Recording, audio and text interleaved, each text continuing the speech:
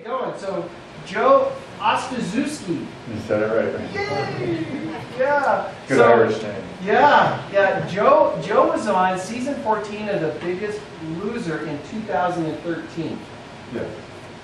And he during that show he lost about 150 pounds. Is that right? That's correct. Yeah. So he's just kind of a fraction of his old self. But how exciting. He's ridden across America. He's got a great cause there. He's done some great things with this that happened in his life. And so he's going to share a little bit of the story and maybe encourage you about how to keep on keeping on. So with that, I introduce Joe. Thank you, Randy. Thank you. Thank you for allowing me to come talk with everybody today. I'm sure a lot of you have already read this that you see up there, right? The Powerful Patient. This is from a friend of mine, Dr. Tribble and Dr. Newberg. Dr. Tribble is a teaching heart surgeon at Virginia, and Dr. Newberg, was his apprentice in helping him get the surgeons, when they go into that room, when they're learning surgery, to go into the room, to get in that zone. He doesn't like to call it zone or flow, but to get in that space when you leave everything behind and you go into that operating room and you're in where you need to be. And he would talk to them about that and help them, these physicians that are surgeons coming out, build that infrastructure to be able to do that every day. And be able to, because these doctors, they love what they do. I mean, they're feeling it, touching it, they're doing that. I mean, they're performing surgery. But how do you keep everything else outside, and how do you go into that place that you need to be day in and day out? And that's what Doug would do. And he spoke to 10,000 performers, patients, doctors. He's a very good sports psychiatrist, works with the Olympic athletes. But when he saw the film that I'm going to show you, working with the young man I'm working with, he wanted to help Justin, too, build that infrastructure. And you'll see in this video that I'm going to show you. But this is designed to help you see yourself as a high-level performer, right? How many of you think of yourself as high-level performers, right? I don't even think of myself as a high-level performer. As a professional athlete, college and professional football, at that point I was a high-level performer because that's what I was getting paid to do. But what about in real life? Are you high-level performers? And going through life, especially everybody here today is probably here because of some type of event in their life that changed them, medical event or something that they're here to get healthy. And you wouldn't be here today if you didn't want to figure out how to get healthy, how to exercise well, and how to do these things. Well, when I sat at the class a couple weeks, I guess it was last month, I saw Susan talking about all these things, everything out there. I see your shirt right here, GMO free, and I said, but talking about all the stuff out there, but how do you put that into your life after 40 years of habits, 20 years of habits, 30 years of habits? How do you change those habits? How do you change that infrastructure that you developed over those years? And that event, in some cases, with your heart, where that's causing you to think about, wait a minute, I still want to be here. I still want to be healthy. How do I get there?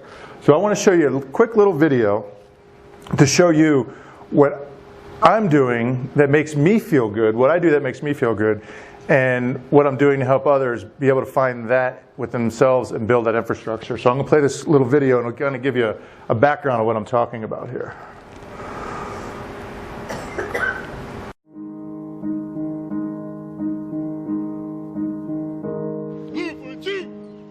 I am Joe. I played football at the highest collegiate level. First turnover of the game, Joe Ostaszewski causes the fumble. When I quit playing, I gained 150 pounds and found myself worrying about my health. Say a great big hello to Joe! I decided to go on the TV show, The Biggest Loser, where I lost the weight and got healthy again.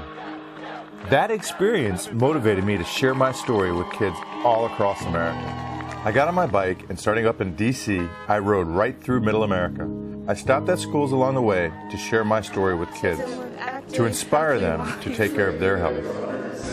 A contestant from The Biggest Loser is riding his bike across America. He's trying to raise awareness about childhood obesity. By the end of this ride, Ostaszewski will have 2,937 miles behind him. And I am going town to town, state to state. Right now, we're creating ripples. If it's just one person, and I know one person, that one person is going to change the next person. There I was speaking at River Road High School in Amarillo, Texas. And in walks the largest teenager I have ever seen. 4,000. It sucks being this way. It sucks being fat, and it sucks being unhealthy. I would love to help others. That is a dream of mine, to help people. I love helping people. And if I can do it through this experience, that'll be amazing. When I sat down and talked to Justin and listened to what he had to say, I realized how smart and kind he was. I knew right away that I wanted to help him. So what's inside that body of yours? What do you call it? Your spirit, your soul? I want to sing, and that's my Can you dream, sing? to be on. Can you sing? I started to sing in 7th grade, and before that, I really didn't have any friends. After I started singing, people could see who I truly was, and they related to me through that. Would you be willing to do us the honor? Yes, I would. Right.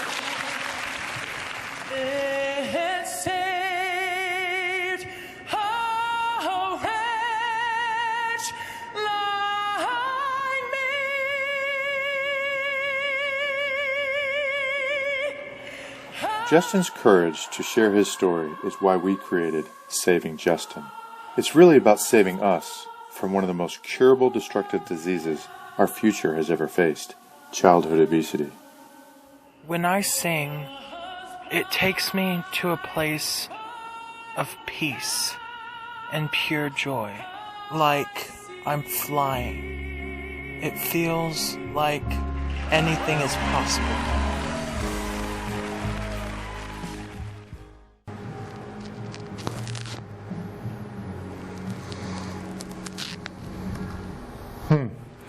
So that's Justin, that young man I met in Amarillo, Texas. I wasn't even supposed to go to that high school that day. I did a ride from Washington, D.C. I partnered with the National 4-H because they had a footprint all the way across America and middle America. And I really wanted to go out there and see if this childhood obesity crisis is as bad as they say it is, and if these kids wanted to change, if they were content on being the way they were. Well, I found out that it was worse than I thought it was, and these kids do want to live active, healthy lives.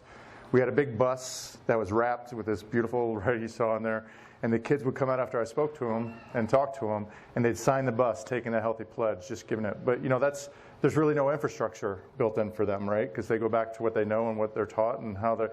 So it's hard, but just to see these kids really want to get help. And my brother and I designed a program called the Wear Your Soul Project, building base camps at colleges and universities, introducing these kids that want the help to go out there with sports without scoreboards. You know, I always played a sport with a scoreboard, but sports without scoreboard, hiking, biking, paddleboarding, kayaking, getting these kids out there to get adventurous, right? Because guess what? Nature doesn't judge, right? So when they're out there finding themselves doing, so we're doing that. We're starting in Tallahassee. But what I want to talk to you and everybody here today, and I'm going to ask some questions, and I want you to be a little engaging in this. How many here think how you feel affects how you perform? All right, let me ask you, you're right up front. What's your name, sir? Tom. Tom, okay. I had to think about it. I do that too sometimes. Work it out exactly, right? So, Tom, what do you think some of the things that affects how you feel? It affects relationships with family. It affects getting tired before the job is done. I was 377 pounds. There you go, right? Congratulations. Anybody else? What do you think? Some of the things that affect every day how we feel. Somebody else answer that question. I'll give one. The weather, right? The weather affects how we feel. What are some of the other things that we do? Anybody think of it? Sleep. What are some of the other things? Diet, exercise. Yes, ma'am. The people we're around. The people, exactly. The people that you're around affect how you feel. These are all things. What out of all of those things that we were just mentioning, what's the one thing that we can't control? The weather, right? We can't control that, right? That's the one thing we can't control. So I want to go through today. This is my brother and I. This is when we first started. And I want to give you just a little snapshot of how all of that for me changed my life and how I was able to do each one of those things. It was 3.5 years ago, my brother and I were sitting at my father's second massive heart attack, and he needed a quadruple bypass. So we're sitting there in the waiting room waiting to see if they turn his heart back on, whether that part that was infarcted was going to be able to come back and come alive and, you know, be full again. So we're sitting there and we didn't know. And I look over at my brother. He's 7 minutes older than me. He's an identical twin. We both played college all the way through. He went to the Steelers. I went to Miami when we got drafted. But, you know, we were roommates, best friends. Our worst critics, our best critics. But I looked over at my brother and I said, Henry, look at the size of you. And he looked at me and he goes, well, what the heck do you think you are, a ballerina? I've got 10 pounds on you, right? So it was right then I said, you know what? If we and guess what? He was tipping the scale at 390 and I was tipping the scale at 380. And I looked at him and I said, if we don't do something about our health right now, taking back our health and understanding what that means for each one of us, guess what? Your kids aren't going to have a father by the time you're 50. I don't have any children, he does. And I said, and I'll probably be in there getting my chest ripped open and operated on in the next, I was 42 years young at the time. He said, we shook each other's hand, kind of like this, and we said, we're going to get healthy. And we made a bet. If he won, I had to take him and his family to Disney World. And if I won, he's just going to take me along with him. So I won, so I got to go with him. But, you know, I mentioned what affects how you feel, right? And I always get effect and effect, but I said, what affects it, the psychological part? How do you like, want, need to feel, right?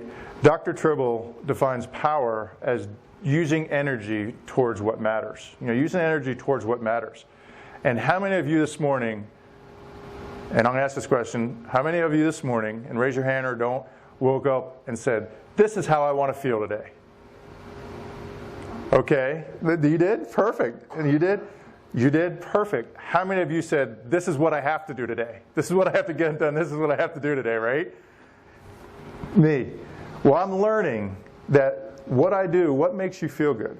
And there's a difference. In this talk today, I want you to see when we go through and I help you understand the infrastructure of this for our individual lives and what you do out there. There's a difference between what you feel like doing in that moment versus what you feel, what makes you feel good, right? In that moment, it feels good to eat that, you know, Wendy's hamburger, or that, you know, you stop by, or sit down and watch 3 hours of movies, or it makes you, you know, that's what you feel like doing. But does that make you actually feel good to a degree? If I went out and I walked, be careful, it's really hot out there, do it early in the morning at night. Or if I go out there and hang out with my grandchildren, does that make, how do you feel when you're hanging out with your grandchildren, right? You could be there for, unless they're misbehaving, you could hang out with them for 3-4 hours and it feels like you're with them for 10 minutes. Oh, you can't go home yet? You just got here. And there's somebody right there hanging out with their grandchildren, right there. So I want to talk to you about how do you like, want, need to feel, right? How do you make that happen, right? This doesn't happen. You got to make that happen. And what gets in the way? Some of the things that get in the way, right? What gets in the way? Anybody name what gets in the way of making you the way you want to feel? What, I know for me, a lot of times I got to go to work. I get a call late in the afternoon, or I'm getting ready to go on my bike ride, and I have a case where I have to go help a patient with a wearable cardiac defibrillator. I have to go to that hospital, so I have to stop what I'm doing. Well, that kind of gets in my way, but it's my livelihood. We all have to do that, right? We all have to work. In our lives, we have our rider and our elephant. This is Dr. Newberg, and this is what he says. Our rider is what we're taught to do. We have to wake up, go to school every day when we're kids. We have to do this, and we go to college. We get married. We have a house. We have a family. We have our job, career. That's our rider. We're very good at creating and developing our rider. But what about our elephant? Well, you know, he's locked in that room. That's when you're a kid, when you're 8, 9 years old, when you're out exploring, doing all these things that are fun. You're learning. You're going out on your adventuring. That's kind of put in that closet for those 20, 30 years. And then you get retired and you go on, you have an event, and you want to take that elephant out of the room and find that elephant and find out what makes you feel good. Not just the things that you want to do that in the moment, but what makes you feel good when you go out and do it. And how many here, tell me any fishermen in here? Any fishermen? There's some fishermen. Any ladies like bowling, golf, any sports, anybody in here? What are some of the things you do, ma'am, that make you feel good? I like golf. You like golf. Hiking, there you go, hiking. Anybody else, what are some of the things that you like to do when you go out and do it, you feel good? Kayak, bicycle. There you go, kayak, bicycle. Last week, and I just moved from Florida 3 months ago. Last week, I spoke at the Ride the Rockies, and I spoke at their Grand Lake. They had a thing in Grand Lake, so I spoke there to their cyclist. And I was like, can I do this? It was a 20-mile ride up the mountain there through Rocky Mountain National Park.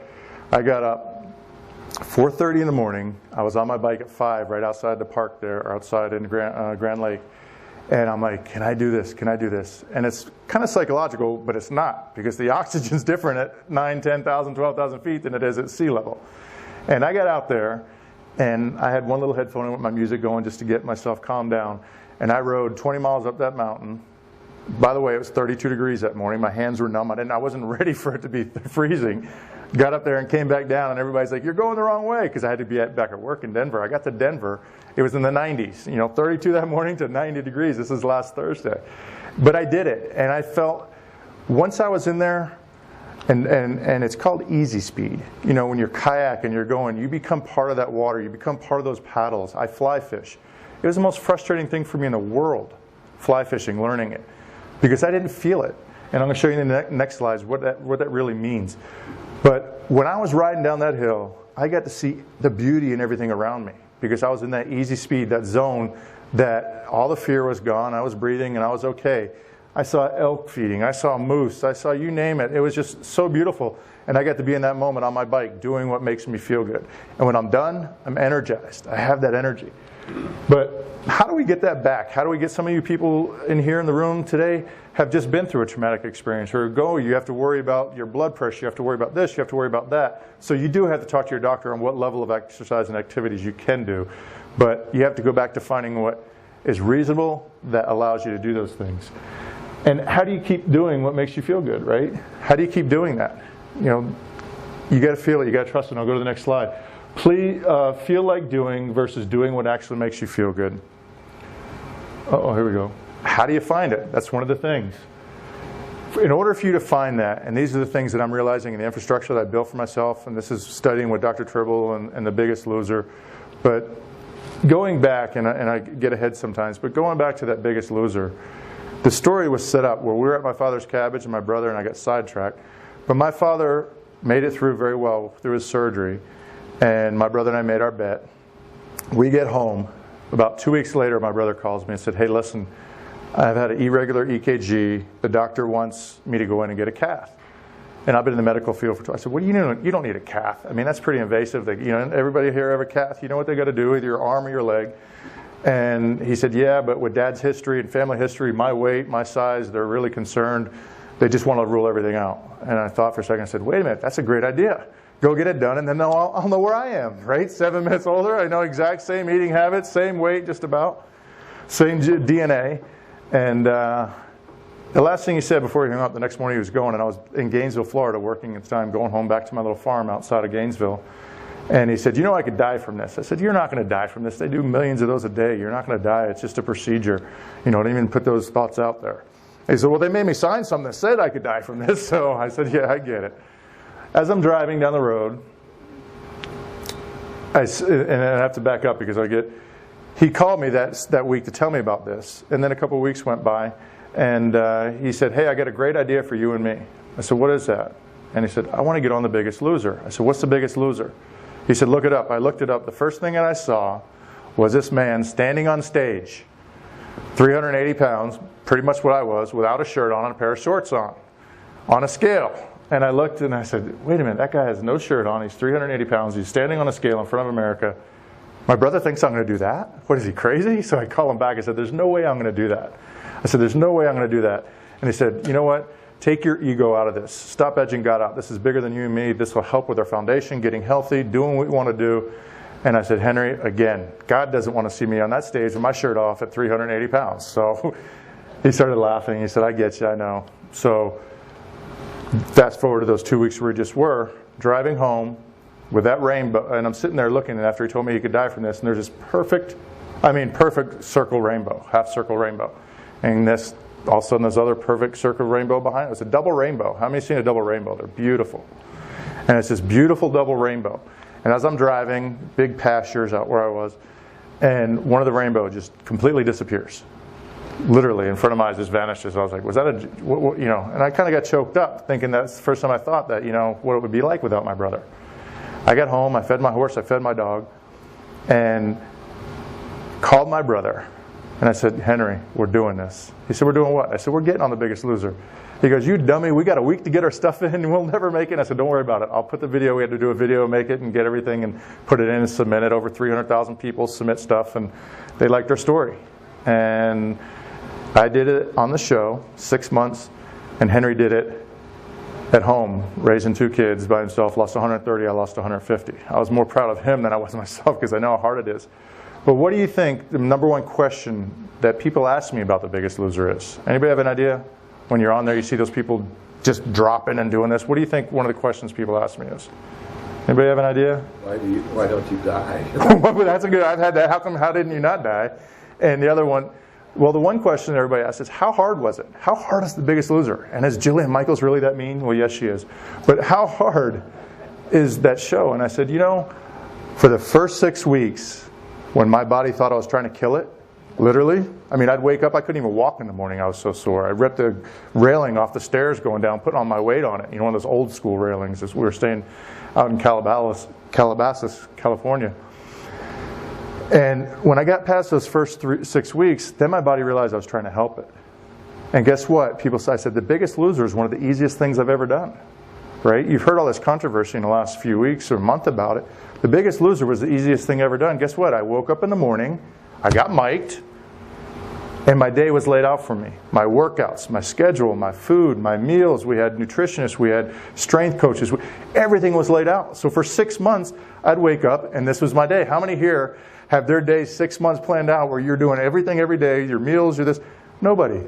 The hardest thing about The Biggest Loser, and it's everybody that's been on that show, is when you go home. How do you take that infrastructure that was there, built in place for you, and apply that to your house? Apply that to your life? It's very difficult, and that's why over 90% of those patients, like almost 90% of those contestants, put their weight back on. How many of those, and this is what I like to go back and ask them, how many of those were passive contestants? As I put in that first slide, passive patients, right? How many of them were passive contestants, where they didn't really absorb what they were learning? They were just going through those motions. They didn't do it. Kind of like you as a patient when you go through what you go through. You have a choice to be that powerful patient. And what does that mean to be a powerful patient? You know, what does that mean? Anybody have an idea? No? Well, I'll tell you.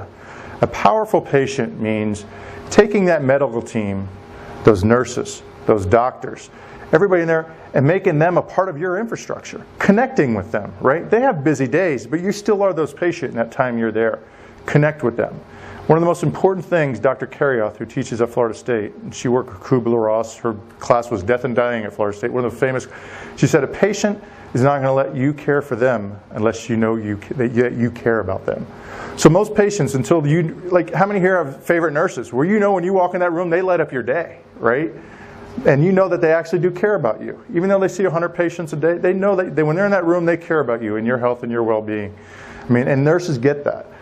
So when you go into talking about, and I always relate this to fly fishing, about finding what makes you feel good, you have to connect. You can't connect with what you never trust, right? You can't trust what you never know. You can't know what you never learn. You can't learn what you never feel. And you can't feel what you never touch. So you have to actually go out there and do those things. I didn't know that speaking to schools all the way across, I didn't realize the energy and what I was going to feel when I talked to these kids and connected to them, when I met people along the way. And then riding my bike. I mean, think about this. I was riding in September, August and September, right through middle America, Oklahoma, 110. Then I got to the desert, 115, you know, and obviously I had to prepare for that. But I felt the energy and everything I felt was amazing what I did when I woke up knowing that what I had to do. When you look at this here, okay, let me make sure it works. The life that you like, and this is something I put together. Sorry for all the colors. I wanted to get fancy. I'm not into I don't do well in slides and all that stuff. But this is what I consider with fly fishing. Like when I first picked up a fly rod, I looked like somebody in a cartoon. You know, I was out there just like this, and the lines going everywhere. And somebody said, "No, you got to connect with it. You got to feel it. Let the rod do the work." Well, not only do you have to do that, you got to connect with the river. You got to connect with everything else. You got to know the fish and flies. I was frustrated. I was like, I can't do this. Let me just go get my bait caster and spin this thing out there and reel in a lure. But I really wanted to learn it. And in order to do that, the things that you're doing out there, if you don't know what makes you feel good when you go out there and do that, really connect with it. You have to touch it long enough to feel it long enough to like it long enough to play with it long enough to know it long enough to trust it. Trust it enough to connect with it enough to create what you love and be able to do that, create over and over again.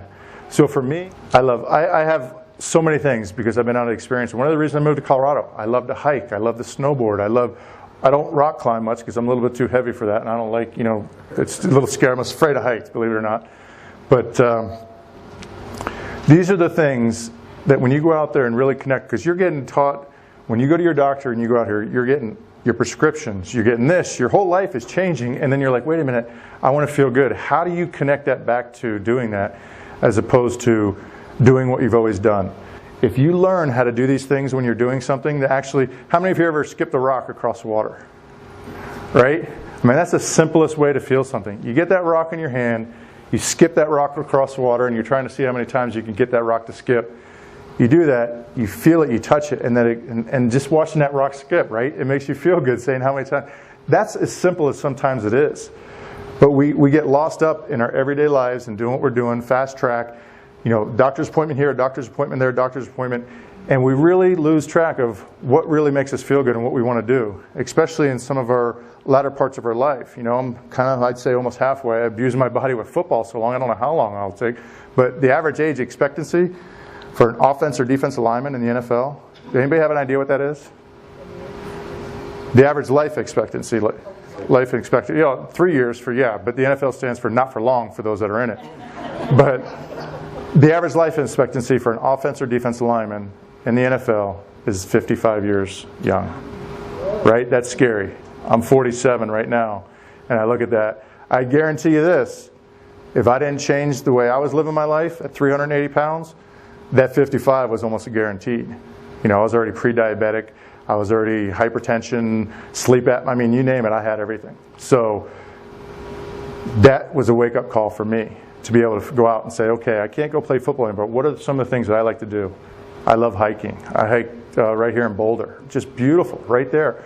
Fly fishing. Now I know that I could ride my bike in the mountains. I can't wait to get back out there without, you know, because now I know I'm not going to die going up those mountains. But here we go. Oop, this thing's quick. Clean our own water. Clean your own water. This was a picture that Dr. Newberg uses. This is this pro surfer, and when he saw this picture, it really resonated with him. But so he said, this is our lives, right? This is a pro surfer doing the thing he loves, but there's still dirty water, and he represents this dirty water for you as a person. Clean up your water around you. Meaning clean up some of those things that you know that have led you. Those cakes, those whatever it is, you know, limit your intake of alcohol, all of those things. Those things, clean up your water. And those things, when you feel it, you touch it, you go out and do it, those things become clearer to you. Those things become more resonant to you. And that's one of the things we have to do. I know one of the things I did when I came back from that show was I structured my kitchen the way I needed it structured. There wasn't Doritos, there wasn't sodas, there wasn't all this stuff in my fridge. It wasn't there. Because guess what? If it was, I would eat it, I would drink it. Because that's what I feel like doing in that moment, as opposed to what makes me feel good, knowing that that's not going to make me feel good. So that's kind of what that means too. It's not just you, but it's your environment around you. Don't put those traps out there for yourselves.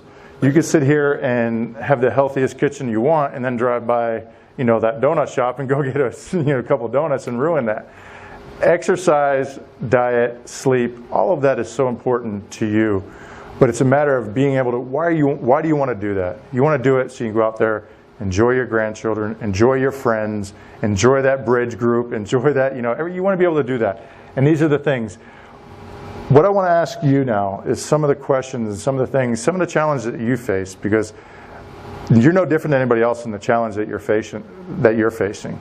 So if I could open up this floor, what are some of the challenges that you individuals face going back to those habits or doing that?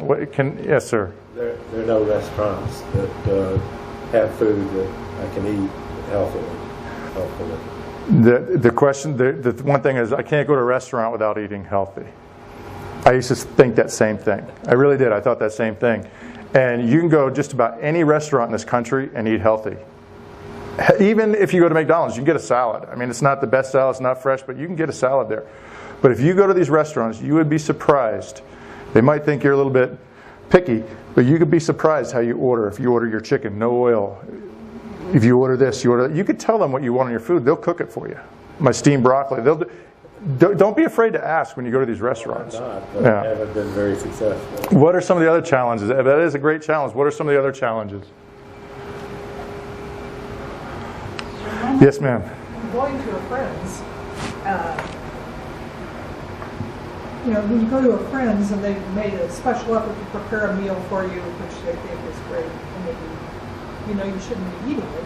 Yes, and that is a challenge. That was my biggest challenge coming home, right? I'm Italian and Polish family. Eat, munge. You come home, there's still...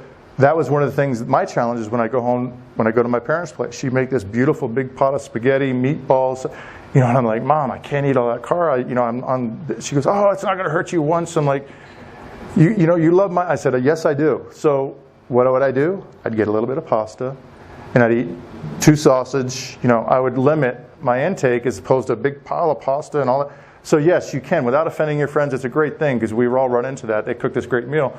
But limit your size of the meal. Or tell them, this is the simplest thing. What is that? Intolerant. I'm intolerant, lactose intolerant when I have cakes or this or that, and I can't eat. Tell them that it's something that's not going to make you feel good.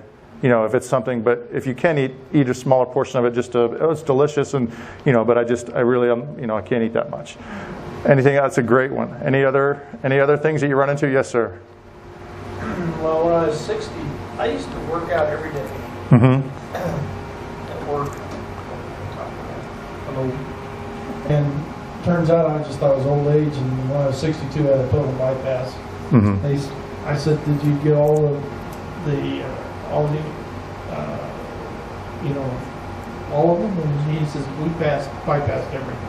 Yes, sir. I was in bad shape. I should have been dead 15 years ago, but I had collateral maintenance, probably from playing football. Okay. All that stuff. They kept me alive, but the thing I have trouble with, along with that, my testosterone dropped. I've tried all kinds of testosterone treatments. They either don't last or they almost killed me. And now, so the one thing I want to do is exercise more. So I hired a trainer, but man, I just die when I work out, and I just have a tough time motivating myself. I have no energy at all, and yet I feel like I'm trying to climb a 14,000 just to walk and do stuff. Yeah, and my biggest challenge is trying to get back or something back into where I was before. And that's tough. I know my father, after his surgery, it was one of the things, because he'd be out there, Dad, you can't cut trees down right now. You can't lift this stuff. And he's like, and you're right, he would get winded. He wouldn't be able to do those things. So first thing I always recommend is find out from your doctor. Say, what can I do? What are my limits? How far can I push myself? Because they know from where your heart, they can tell you where it is, your ejection fraction, everything else. They can tell you where your heart's putting out, how much oxygen you're getting, and where you're stable. Find out that question first. The second thing I would tell you is, you know what? You can't always work out. I can't work out the way I used to work out. I just can't do it. So limit yourself and find something that makes you feel good.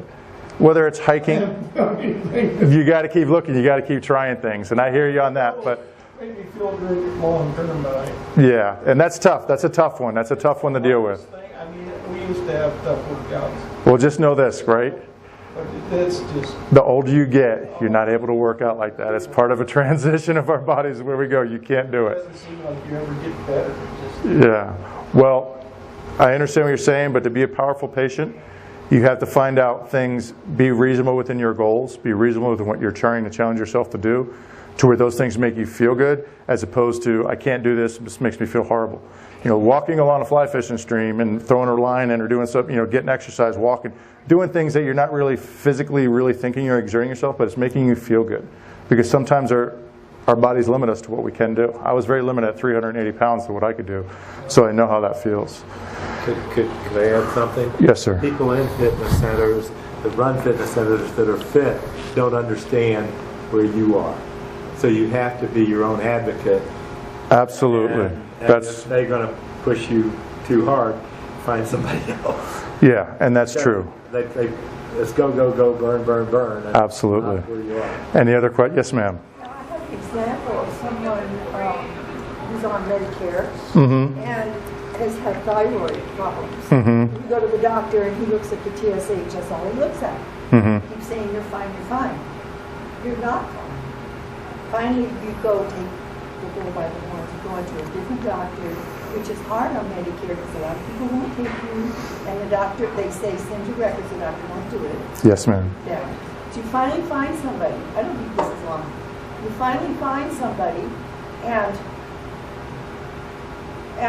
they look at the broad spectrum, they give you a full blood panel for thyroid, and they find out your T3, which is so significant, is in the toilet. Yep. And then they fix that, and you're back to where you were before. You knew something was wrong. All your metabolism has slowed down. You've put on weight. You finally get that fix and you're fine. And that's something you have to do. You have to be progressive. And every time I brought this up to my doctor, he would just keep repeating that one statement. Your TSH is fine. The labs that we send the blood to are both the same. I'm not asking about the lab. I want to know if you're going to put a check mark in the boxes where you're going to test a broader spectrum, not Yes. TSH. No, and that's true. There is a test for that, just so you know. It's called T4 cascade, or thyroid cascade, where it goes down and it cascades all the way. So it goes all the way down to all those tests. So that's something you know. But you can't get Medicare to help you. Yeah. Well, one thing I will tell you this, and this is defense of the doctors, and I always throw this out as a sidebar. The insurance companies and the doctors are two different things. The doctors are there doing this. A lot of patients get doctors and insurance companies mixed up. The insurance companies are completely different than your physician. You know, and some physicians I know, they don't even deal with insurance companies. But don't ever hold your doctor accountable for your insurance company. They're there accountable for your care, not for your insurance. So just remember that. Don't be mad at your doctor because insurance didn't do this or didn't do that. It's nothing to do with them. But I want to wrap this up because we got to cook today. Dr. Collins and I are going to cook a nice little dish for you. But I want to wrap this up, and I want to wrap it up by saying that there's great questions. You had great questions, great responses to some of the things. But really, it's about you. What makes you feel happy? Not anybody else, but what makes you feel good. It's about you. And some of you are limited by your health and what you can do and not be able to do what you used to do. But it's finding that, and that's what Dr. Tribble says to his patients, is find something that you could do with limitations. Find that limitations of what you could do, because sometimes our limitations, like me, I think I can go do this. I can't do those things that I used to do anymore, run like I used to run and do that. So work within the limitations of your body and what you could do that, and find that happy medium. Change this, and a lot of times everything will connect for you, sir. Know what you can and can't do. But I want to show this video at the end, and this is hilarious when I see this, but it's a little video. But here's some of the things just to show you. Here's my father and I right after his heart attack. He healed and everything. We're up in Canada fishing, fly fishing. Then there's me on my horse back in Florida, in Ocala, Big Daddy. And then talking. I mean, these are things that I get out and I love to do. And you got to go out and do it. Yes, I have a job that I work 8 hours a day, but there's a lot of other times you can go out and do it. I'm looking forward this afternoon, get on my bike if it doesn't rain or it's not 110 degrees out there, but it won't be. But most of these things that we talked about, you do have control over them, except for the weather. And I bet your horse is happier. My horse was a lot happier. He didn't even recognize me. When I was on the... There's always one, right? When I got on Big Daddy, he was part of my thing trying to get even on him when I was 380 pounds. I was like, oh, somebody said, my uncle, he was a horse race trainer. He's like, I think you might be pushing the limit on that guy. But, he's a big horse. But when I got back on him, he used to literally, when I was big, reach back and bite my boot, like, get off me. But when I got back and I jumped on top of him, he's like, look, who is this? Like, he goes, I see you, but I smell you, but is this really you? 100 pounds lighter, 150 pounds lighter. And with one of the things I want to say this, and whether you know it or not, and this is something that, being in the medical field for 12 years, and especially the way medicine's changed, but whether you know it or not, that's what your doctors, nurses, and medical team want to help you get back to. They want to help you get back to that health. And connect with these doctors, like I said. Connect with your nurses. Connect with your nurse practitioners. Connect with them when you're in there. You know what? Be the inspiration for your medical team. Be that inspiration for your medical team and do that. And be positive. I want to show you this little quick thing, and I'll just do it. But when I see this, it just makes me laugh, because I think of some of the people and what you're saying, sir. Where is it?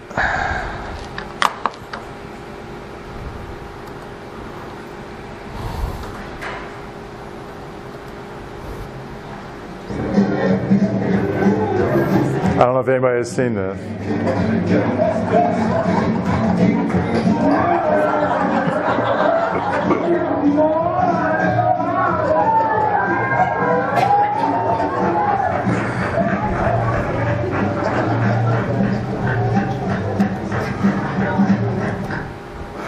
Anyway, you see, I mean, that's kind of what we're doing. But thank you very much. We're going to cook a meal here. I know Doc's ready for us. And I appreciate you letting me talk to you today. Find those things that make you feel good in life, that and not in that moment, that you can go out and do over and over again, and really take hold of your journey and your medical journey that you're going through and some of the things you're doing to get better.